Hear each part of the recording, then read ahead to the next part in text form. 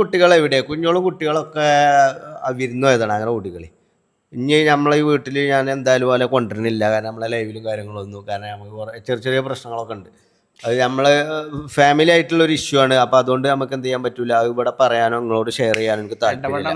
കാരണം ഒരാവശ്യമില്ലാതെ ഓള് ഈ ലൈവിൻ്റെ ഇന്നലത്തെ ലൈവിൽ ഒരു വർത്താനം ഉണ്ടായപ്പോൾ ഇവിടുന്ന് പെരുമാറിയത്. കാരണം കുട്ടികൾ അങ്ങോട്ടും ഇങ്ങോട്ടും വർത്താനം പറഞ്ഞിട്ട് കച്ചറ കൂടിയത്.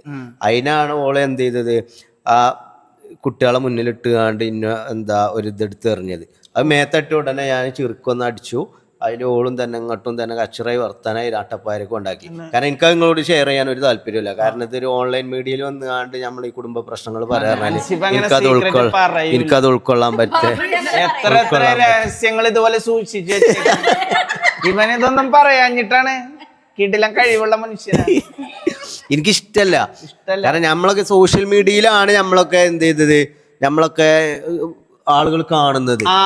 അപ്പൊ എല്ലാ കുടുംബ പ്രശ്നങ്ങളും ഒക്കെ അതിൽ പറഞ്ഞു കണ്ടന്റ് ഉണ്ടാക്കുന്ന രീതിയിൽ എനിക്ക് താല്പര്യമില്ല. കാരണം ഒരിക്കലും അങ്ങനെ ചെയ്യാൻ പാടില്ല. നമ്മളെന്താണ്, നമ്മളൊരു ഭർത്താവ് എന്നുള്ള രീതിയിൽ ഒരു ബഹുമാനം കൊണ്ട് ചിലപ്പോൾ ഓള് പറഞ്ഞതൊക്കെ കേൾക്കും. പക്ഷെ ഒരിക്കലും ചിലപ്പോ ഭാര്യ കൊച്ചു കൊച്ചു സാധനങ്ങൾ വെച്ച് എറിയേ, ചിലപ്പോ അടിക്കേ തൊഴിക്കേ അങ്ങനെ എന്തെങ്കിലും, അതൊക്കെ ആ ഒരു സ്പിരിറ്റിൽ എടുക്കാൻ.